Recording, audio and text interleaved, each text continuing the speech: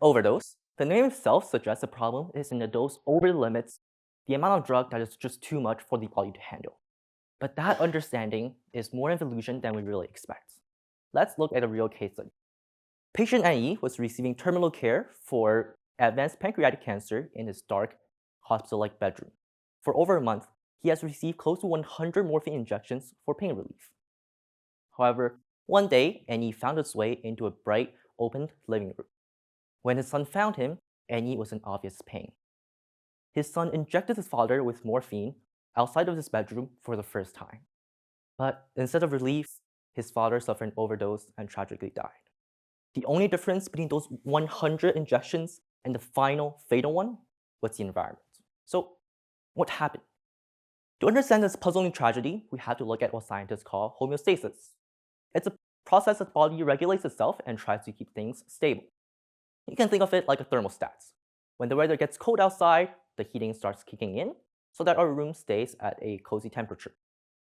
Our bodies do the exact same thing, not just for temperature, but also for blood oxygen levels, blood pressure, heart rate, and chemical balance, including morphine. When morphine enters the body, it produces a calming effect. Homeostasis in turn produces a counteracting chemical to keep things in balance.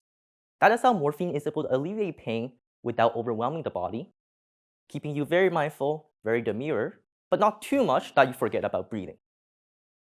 And homeostasis doesn't just passively respond. It learns, picks up environmental cues, and prepares ahead of time. For patient NE, his dark room became a reliable signal. He had all his past injections there. His body learned to expect the morphine effects and prepare its defenses. Over repeated injections, his body builds up a defense. However, the moment he went into the bright living room, all that cue was gone. No preparations, no defense. The same dose of morphine now kicked in full force and it became lethal. Patient NE's case was hardly an exception. Decades of research show that drug quantity alone hardly predicts overdose.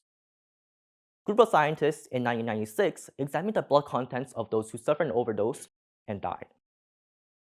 Of these victims, up to 75% had less morphine in their blood compared to those who overdosed but survived, or those who consumed morphine but didn't overdose at all.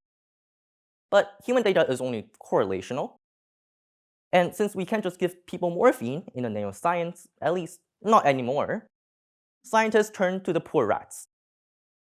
A group of rats were repeatedly injected with morphine in the same room, and they were split into two groups. One group was allowed to stay, while the other group was politely asked to move to another venue. When the rats were injected with morphine again, the group that got to stay, 30% of them died. For the other group that had to go to a new contrasting room, 60% of them ended up dead. And this knowledge becomes more relevant than ever. In last year alone, more than 6,000 Canadians and 80,000 Americans lost their lives to opioid overdose. Our EMS system has been thoroughly strained by a tenfold increase over the past 2 decades. And this crisis has no sign of slowing down. Its joint Stanford-Lancet report estimates over 600,000 deaths in North America since 1999, and if no action is taken, we're looking at 1.4 million deaths by 2030. Thankfully, by understanding overdose through the lens of homeostasis, we can enhance our current treatments and prevention efforts. Supervised injection sites can provide stable, consistent environments, the same staff, same place, lowering fatalities and reducing cross-contaminations. On the other hand, clinicians can also educate patients about high-risk novel scenarios where they are more vulnerable to overdosing, such as going out with new friends, using substance in a new place at a new time. Clinicians can also support patients to better reintegrate themselves into a balanced, substance-free lifestyles. So, when we understand overdose as a failure of learned protection, a predictable physiological response is no longer just too much drug, not a moral failure, and not simply disease. Rather, it's our body's attempt to survive, adapt, so that next time, crossing a doorway, like patient NE did, from darkness into light, no longer marks the boundary between living and death.